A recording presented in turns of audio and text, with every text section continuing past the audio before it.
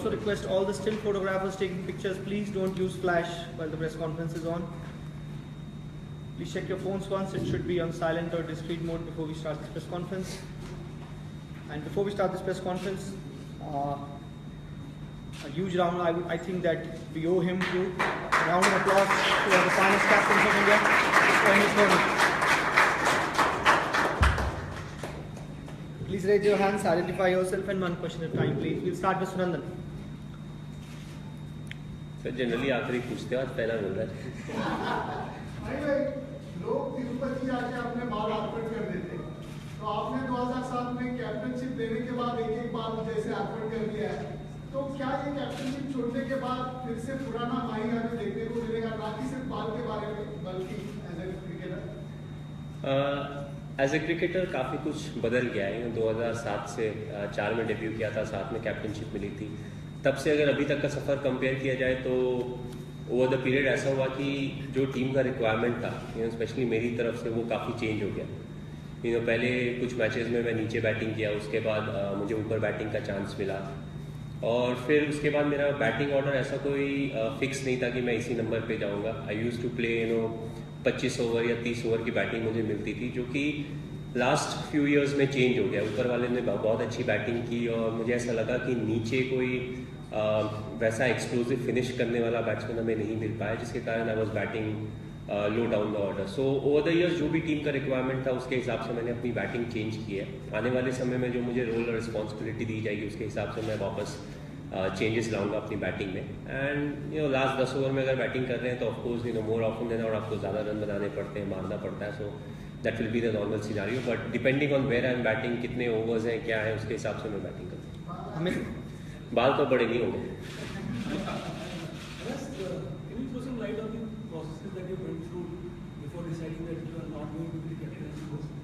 You have been the captain for 10 years. So what will it take to take out the captaincy bug from you, that you are not only the captain, no longer setting the fields and the batting orders? What will that? How will you do that?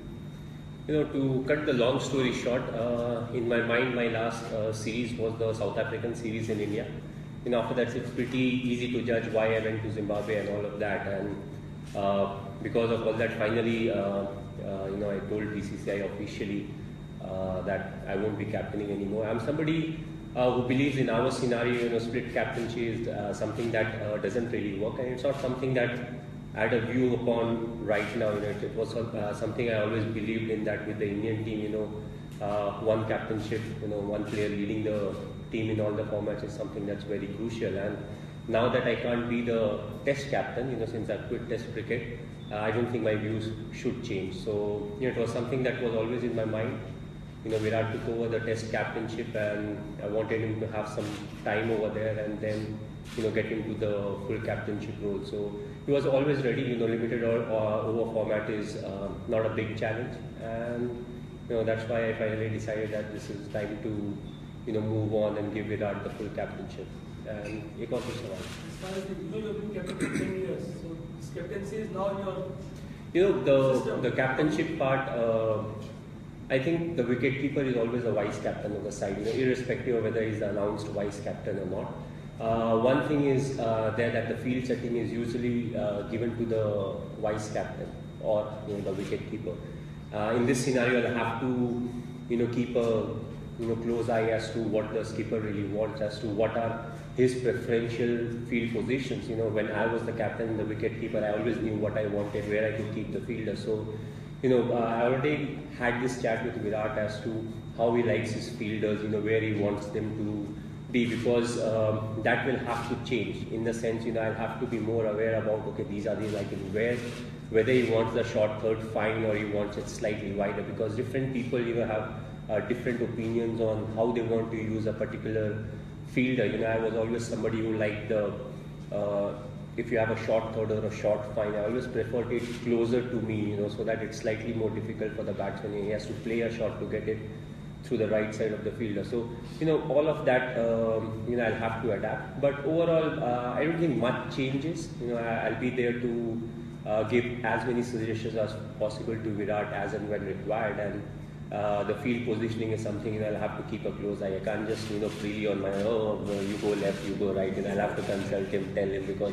if it's strategically positioned in a particular place, it can become a bit of a problem, because if I start moving around. But it's not something that's a big trouble to cope up with. It's just that I'll have to keep a close eye, especially in the first few games, maybe a couple of games where I can read the field positioning and everything and use it, from their point. What do you think were the high points of your captaincy and any regrets as captain? No, I don't regret anything in life, because what has happened has happened. What doesn't kill you makes you stronger. As far as the good things are concerned, there are plenty of good things that happen. It's very difficult to pick and say, okay, these were the difficult parts or these were the parts where I really enjoyed it. Overall, it has been a journey for me, the ups and the downs, right from when I started. I went through the good period, I went through the tough period. When I started, there were a lot of senior players in the side, and as we progressed, there was a time when the senior players had to leave, and we had to make sure that the transition is smoother. And also what really happens at that point of time is you try to groom the youngsters so that they start to perform very quickly. The only good thing is, if you see over the period, once the seniors left us and the juniors came into the side, from that point till now, it's the same juniors who have started to do well. We invested in them, and over the period, they started proving that they are the ones, who will take the legacy forward when it comes to Indian cricket. So, that was a very satisfying thing to see. But overall, it was a journey that I really enjoyed, and it's something that brings a smile on your face. Whether it's the tough periods or the the winning period, but overall it's a journey that's more important. Hi, Lakshmi. We just spoke of how Virat is ready for limited overs captaincy. Yesterday, Anushka spoke about the bond that you and Virat share, which helped you grow as a captain. Well, we have been very close, right from the start. The best part about Virat is right from when he got a chance to play. In Indian cricket, more often than not, we have seen a lot of cricketers say, when they get 5 games, and if they are out of the side, they are always worried about the 2 games they didn't get.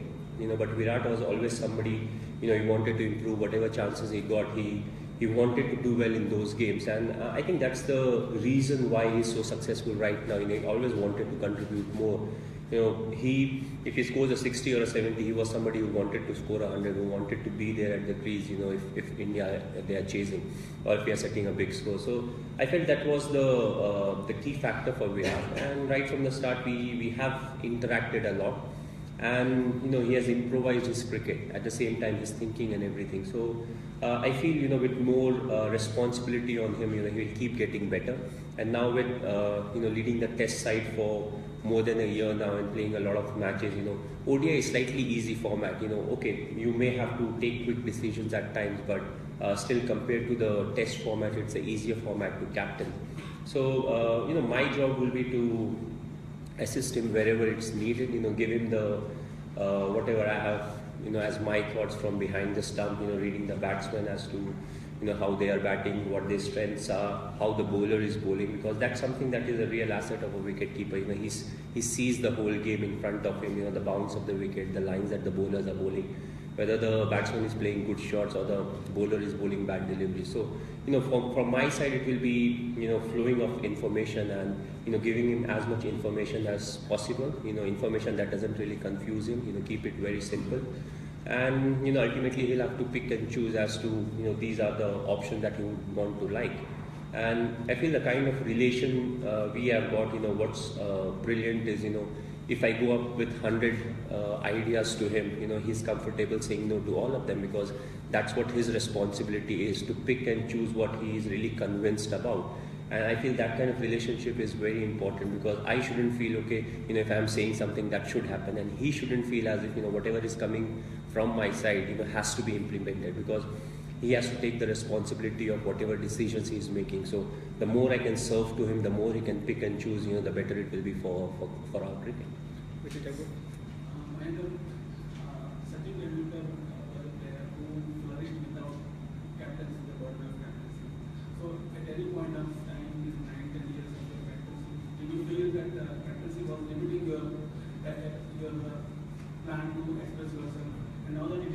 fit within Beckham for like No, again, what depends is, what is your role in the team. As I said, since I was the captain, and I always felt it was difficult for the newcomers to come and bat at 6 or 7. So I thought, I should be the person who takes that added responsibility of, playing lower down the order, so that, youngsters, they come in, they get a chance to, express themselves, and at the same time, once they have, big scores under them in the future, you can look to, if somebody has that talent of batting lower down the order, you can shift them to lower down the order. So, that was something that was in my mind, and I kept doing it. Yes, I didn't get a lot of chance to bat because of that. I would have preferred batting at 4, playing more overs. But what's more important is to see if somebody else can bat at 4 and if I can bat at 5, and that gives more power to our batting lineup compared to me batting at 4 and him batting at 5. So overall, you have to see the balance of the team as to what really happens if two individuals interchange their batting positions. And at the end of the day, the team is more important than the individual. I could have got maybe few more runs than what I have right now, but it's about winning. How many games we win, and it's a like cricket. I always felt it was more of a mental game, and at times I've found out that individuals can be very rigid. Because when you're supposed to shift your batting slot, at times it's very difficult to adjust to that new mindset, or change the game the way it is supposed to play according to the team or that slot. So I felt I was somebody who could do it, and I was willing to do it for the team. And it's the same as of now. If I'm supposed to bat at 4, 5, 6, 7, whatever the demands is for the team's betterment, I'm ready to bat there. I'll take last 5 questions, and please keep it short because practice is starting. Starship Bharat. You didn't give much away to the field, and often you didn't give much away to your press conferences as captain. So, what are the things about captaincy that actually gave you a kick and you went on the field, off the field? I think what the main job of a captain is to make sure that whatever the potential of the player is, he's performing to the 100%. Usually it's if you can achieve something from 90 to 110%, you are done really well. You can't really get 150% performance out of a player, who is 80%. So that's where you have to be very practical. You have to be very honest. You should know ways as to how you can handle each and every individual. There are different ways to handle everyone. For some it's kind word, for some it's harsh word, for some it may be just expression in your eyes. So you have to figure out what really works the best. And at times it may be the false confidence that you're giving to the guy, because that's what is really needed at that point of time. But you have to be clever enough to evaluate as to this is what is needed at that point of time. And ultimately the leader's job is to get the best out of the team. If the team is there, and if you know the potential of the team, you can definitely make sure that they're performing to the potential. You may face a few problems at times. Let's say if you have 2 or 3 batsmen who are not performing at the same time, it may be a hindrance. But more often than not, you look at the bigger picture of saying, if you're backing someone, once it comes to the ICC events and the big tournaments and the knockout stages, who is that person, who can really win big games for you. But at the end of the day, you can give only a few games to the individual, maybe 2 or 3 or 4 more games, that is provided by the team if they're doing really well. But overall, you can't do much. But still, you need to have that faith, and you want to make sure that everybody is performing to the kind of potential there. Arun. What aspects of the captaincy will you not miss here? Press conferences. I always felt there were too many press conferences. I always felt it was better to have the captain come from the post match, because also what happens is I feel we don't need to have press conferences every day, because you want new views, new ideas coming from the player side. So let's say for a startup of the series, you have the captain coming up for the first match press conference. Then you have maybe after the game he can come again, but after that whoever is performing should come for the pre-match, because more often than not the questions are related to the game, and the skipper is appropriately placed to answer those questions. And before the game, I don't think a skipper can say a lot before the start of the game. If you're going through a bad phase, okay, what's the next game plan? Okay, game plans are not done in press conferences. So I always felt the captain at times had too many exposures. especially when we went outside, at times it became difficult to convince the local bodies as to, it's not really needed, it's a waste of time and talent. But it was like, okay, it's written in the MOU, so the captain needs to do it. So it was actually quite foolish, but I always felt the post-match is where the captain can go and express himself, what went wrong, what should be done, and all of that. Pre and post, I think it's a waste of time. Amol. Was there a trigger as such? You spoke about what prompted you to let it go, but was there one particular trigger where you decided that, okay, that's it?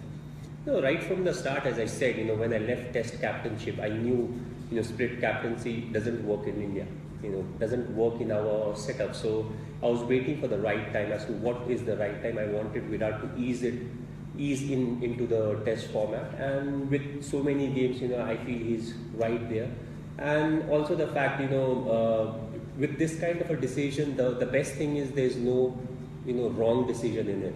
It's just the timing, and it's the right time. I feel this team has the potential, to do well in all the formats, irrespective of where we are playing. And people keep debating as to who's a good captain, who's a bad captain, who's the best captain. I think this team has the potential, when it comes to winning games, they should win games more than any other captain or team has won, because that's the kind of potential that they have got. You look at the kind of talent they have, and at the same time, the age group they are in. It seems as if everything goes well, they have the potential to play for the next 10 years or 12 years, if not more.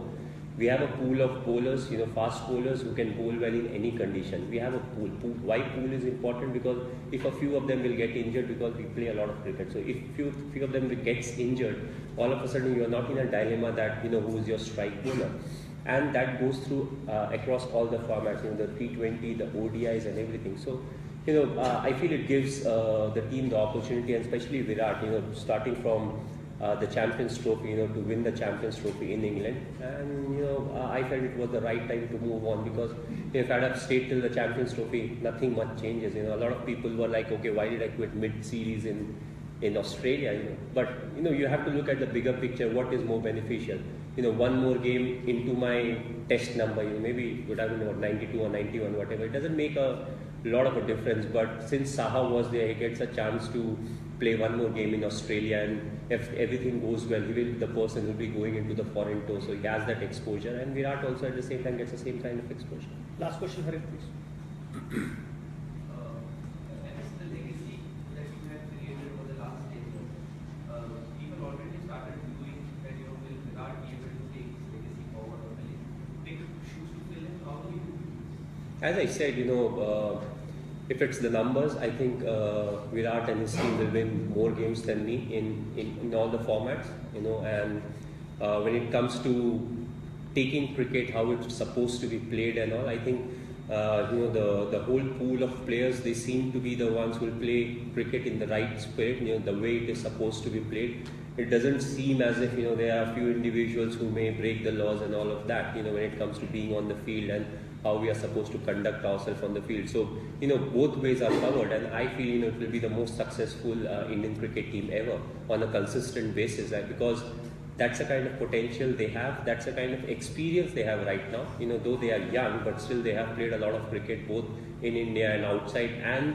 in pressure situations. They have played in knockout tournaments, when it comes to the ODI and the T20 format, and they have played under pressure. We have played a lot of test matches in India, but they were not easy test matches. We played on a lot of turning wickets where the lower order contribution was very important. At the end of the game, you may see, okay, we won by so many runs, but actually the game was much closer than what the scorecard really predicts. So it has the recipe to do everything, and I firmly believe this will be the team that will rewrite history, if you want to say it. I think they'll do something very special in the coming years. Of course, the period will be slightly longer, because they will be together for a long period.